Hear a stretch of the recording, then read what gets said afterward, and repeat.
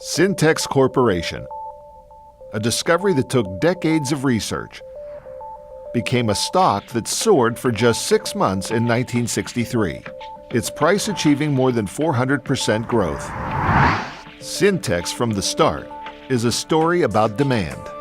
By the 1930s, human steroids were proving effective in medical treatments, but they were expensive and in short supply. Russell Marker, who had discovered a method for making human steroids from plant molecules, knew how to produce them in Mexico at an extremely low cost. All he needed was financing. Unable to find a single pharmaceutical company to back him, Marker left the U.S., and in 1944, he and 2 business partners founded SYNTEX in Mexico City. In 1951, SYNTEX was successfully mass-producing steroids when a team led by Carl Gerasi synthesized an ingestible progesterone derivative that suppressed ovulation in women. SYNTEX had a miracle pill within reach, yet it continued focusing on cortisone, the bulk of its business. As anyone in business knows, if you don't do it, someone else will.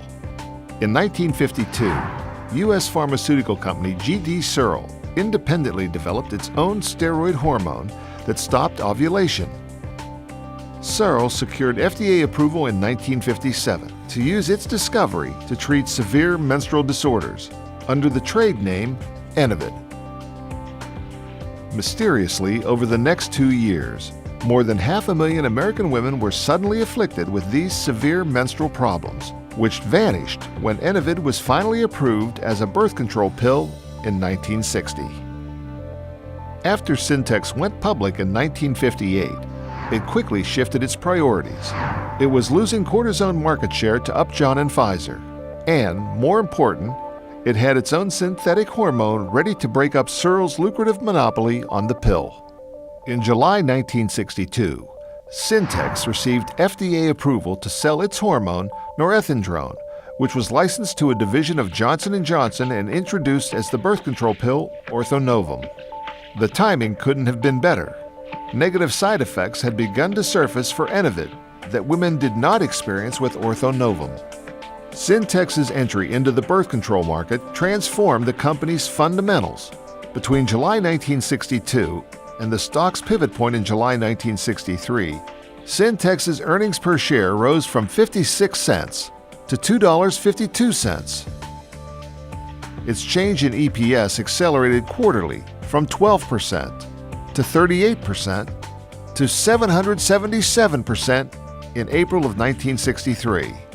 Sales over the same period grew from 12 million to 16 million. Return on equity leapt from 9% to 31.9%, and pre-tax margin jumped from 8.8% to 26.6%. Within 2 years, SYNTEX's product became the most widely used active ingredient in birth control pills. Over the same time period, the number of women taking the pill doubled each year to 4 million users. SYNTEX was also benefiting from a cultural shift on Wall Street, known as the go-go years, when rapid in-and-out trading of huge blocks of stock became popular even among institutions. Thus, in 1963, SYNTEX, with a price-to-earnings ratio of 59 at its breakout, was easily supported by the market.